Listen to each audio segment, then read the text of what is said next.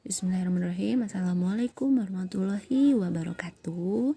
Pada video kali ini kita akan belajar materi pelajaran IPS tentang aktivitas ekonomi. Oke, kita langsung saja ke pembahasannya. Pertama-tama kita akan bahas terlebih dahulu apa sih bidang kegiatan ekonomi gitu ya. Nah, kegiatan ekonomi adalah semua kegiatan yang dilakukan oleh manusia untuk memenuhi kebutuhan hidupnya. Jadi segala sesuatu yang dilakukan untuk memenuhi kebutuhan hidup berarti bisa dikategorikan sebagai kegiatan ekonomi. Nah, kegiatan ekonomi itu dibagi menjadi 3. Yang pertama itu produksi. Nah, produksi di sini adalah kegiatan menghasilkan atau menambah nilai guna barang dan jasa. Nah, seperti yang ada di contoh gambar ini merupakan kegiatan produksi, yaitu menambang emas atau mengolah emas gitu. Oke, yang kedua, kegiatan ekonomi yang kedua yaitu distribusi, atau yang bisa kita artikan sebagai kegiatan menyalurkan barang dan jasa. Nah, ini adalah contoh dari kegiatan distribusi, di mana kegiatan distribusi pada gambar itu adalah menjual emas. Nah, biasanya dilakukan oleh toko emas ya. Nah, berarti toko emas ini melakukan kegiatan distribusi gitu. Oke, kegiatan yang ketiga yaitu konsumsi. Nah, apa sih kegiatan konsumsi? Nah, kegiatan konsumsi adalah kegiatan mengurangi atau menghabiskan nilai guna barang dan jasa. Nah, kalau dicontoh di gambar itu emas yang tadi dibeli dari toko emas kita gunakan sebagai perhiasan. Ini merupakan kegiatan konsumsi. Nah, jadi kegiatan ekonomi itu ada 3: produksi, distribusi, dan konsumsi. Lalu apa saja sih macam-macam kegiatan ekonomi penduduk, terutama penduduk Indonesia? Nah, yang pertama ada kegiatan pertanian. Nah, kegiatan pertanian ini dibedakan menjadi 3 jenis. Ada yang di sawah, ladang, dan perkarangan. Nah, biasanya hasil pertanian ini berupa padi, jagung, ubi, tembakau, cengkih, cendana, kayu putih, dan lada. Kegiatan pertanian ini merupakan usaha manusia dalam memanfaatkan alam dengan tujuan memperoleh hasil yang berasal dari tanaman gitu ya. Oke, kegiatan ekonomi yang kedua adalah perkebunan. Nah, perkebunan ini ada 2 jenis, yaitu perkebunan rakyat yang biasanya dikelola oleh rakyat, masing-masing rakyat. Nah, kalau perkebunan besar itu biasanya dikelola oleh suatu perusahaan. Nah, perkebunan di sini merupakan usaha penanaman lahan dengan tanaman-tanaman keras. Nah, hasil perkebunan itu biasanya ada kelapa sawit, kopi, palem, dan teh gitu. Oke, kegiatan ekonomi yang ketiga adalah peternakan. Nah, peternakan di sini adalah kegiatan memelihara hewan ternak untuk dibudidayakan agar mendapat keuntungan. Nah, biasanya hasil peternakan itu ada berupa hewan besar seperti sapi, kerbau, dan kuda. Lalu ada hewan kecil seperti kambing dan kelinci, dan ada unggas seperti ayam, itik, dan burung. Oke, kegiatan ekonomi yang keempat itu ada perikanan.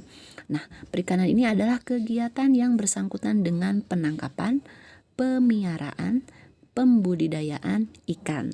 Nah, biasanya hasil dari perikanan ini itu berupa ikan dan hasil laut gitu ya. Nah, ada 2 jenis nih perikanan, ada yang di darat dan ada yang di laut. Kalau di darat itu ada terbagi 2 lagi, perikanan air tawar dan air payau gitu. Oke, yang kelima adalah kegiatan kehutanan. Nah, kehutanan ini adalah suatu praktik untuk membuat, mengelola, menggunakan, dan melestarikan hutan untuk kepentingan manusia gitu. Biasanya hasil hutan itu dapat berupa kayu, rotan, damar, dan kemenyan.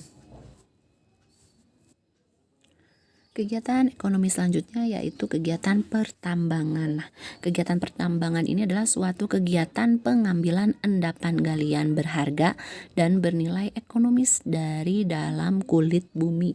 Nah, biasanya hasil pertambangan ini berupa mineral, batu bara, panas bumi, dan migas. Oke, selanjutnya ada perindustrian. Nah, perindustrian ini dibagi menjadi 3 jenis, yaitu industri kecil, sedang, dan besar. Nah, biasanya industri ini adalah kegiatan memproses bahan mentah, bahan baku, dan bahan setengah jadi, dan atau barang jadi menjadi barang dengan nilai yang lebih tinggi untuk penggunaannya. Nah, biasanya hasil industri ini dapat berupa pakaian, obat-obatan, dan lain-lain. Kegiatan ekonomi selanjutnya adalah perdagangan. Nah, perdagangan di sini biasanya yang diperdagangkan adalah hasil dari pertanian, peternakan, perikanan, hutan, dan barang industri. Nah, yang terakhir adalah kegiatan pariwisata, di mana di bidang pariwisata ini banyak peluang usaha yang dapat dikelola gitu, seperti restoran, penginapan, tempat oleh-oleh, transportasi, dan pemandu wisata. Sekarang kita akan bahas mata pencaharian penduduk berdasarkan keadaan geografis ya.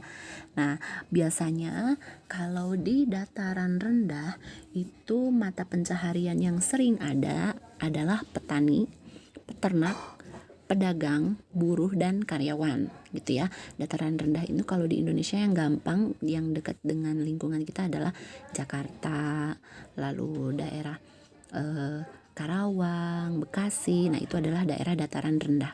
Lalu yang kedua adalah daerah dataran tinggi. Nah, daerah dataran tinggi ini biasanya mata pencahariannya adalah petani, peternak, buruh perkebunan, dan pedagang nih. Nah, kalau di daerah dekat tempat tinggal kita, dataran tinggi itu biasanya di daerah Lembang, Pangalengan, dan lain-lain gitu ya. Nah, yang ketiga di daerah gunung atau pegunungan biasanya itu mata pencahariannya petani, pedagang, dan pemandu wisata gitu.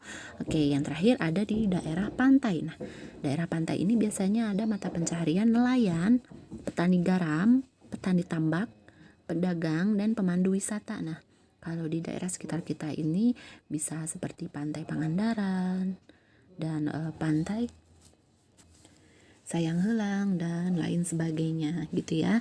Nah, selanjutnya kita akan belajar mengenai dampak pemanfaatan sumber daya alam.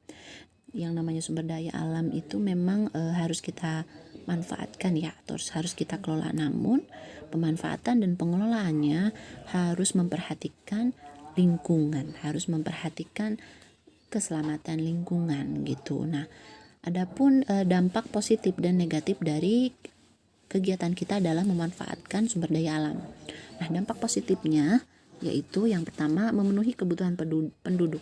Dengan adanya sumber daya alam yang kita manfaatkan itu kita bisa memenuhi kebutuhan kita gitu sehari-hari. Lalu meningkatkan pendapatan penduduk, ini sudah jelas karena dari sumber daya alam ini bisa menciptakan berbagai lapangan pekerjaan. Lalu meningkatkan hasil produksi. Kalau sumber daya alamnya banyak, maka hasil produksinya pun akan meningkat. Lalu menjaga ketersediaan pangan, gitu ya. Jadi apa yang kita makan setiap hari itu akan selalu ada karena dikelolanya sumber daya alam. Namun ada pun dampak negatif dari pemanfaatan sumber daya alam. Yang pertama adalah kesuburan tanah yang berkurang.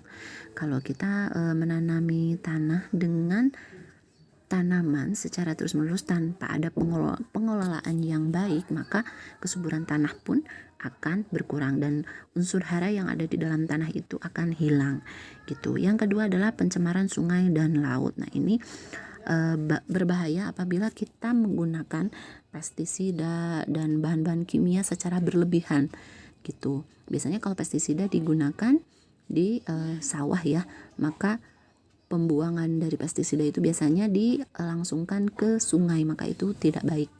Maka pencemaran sungai dan laut menjadi dampak negatif dari pemanfaatan sumber daya alam. Lalu yang ketiga, lahan tandus dan gersang. Nah, ini kalau pengelolaannya juga kurang baik, maka akan menghasilkan tanah yang tandus dan gersang setelah dimanfaatkan untuk mengelola sumber daya alam gitu. Lalu kerusakan lahan bekas tambang.